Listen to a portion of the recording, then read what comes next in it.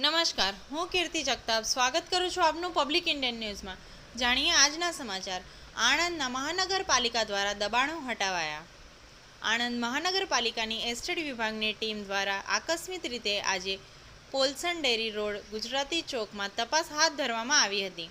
આકસ્મિક તપાસ કરતા જાહેર રસ્તાઓ ઉપર લોકોને અડચણરૂપ થાય તે રીતે લારી ગલ્લા દુકાનવાળાઓ દ્વારા દબાણ કરવામાં આવ્યા હતા। આણંદ મહાનગરપાલિકાની ટીમ દ્વારા 15 જેટલા દબાણકર્તાઓને કુલ ₹75,000નો દંડ ભરવા નોટિસ આપવામાં આવી હતી।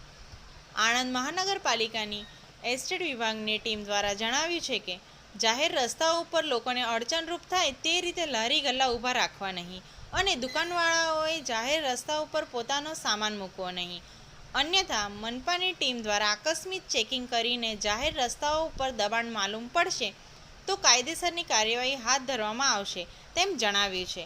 આજના સમાચાર અહીંયા જ સમાપ્ત થાય છે। જોડાયેલ રહો પબ્લિક ઇન્ડિયન ન્યૂઝ સાથે।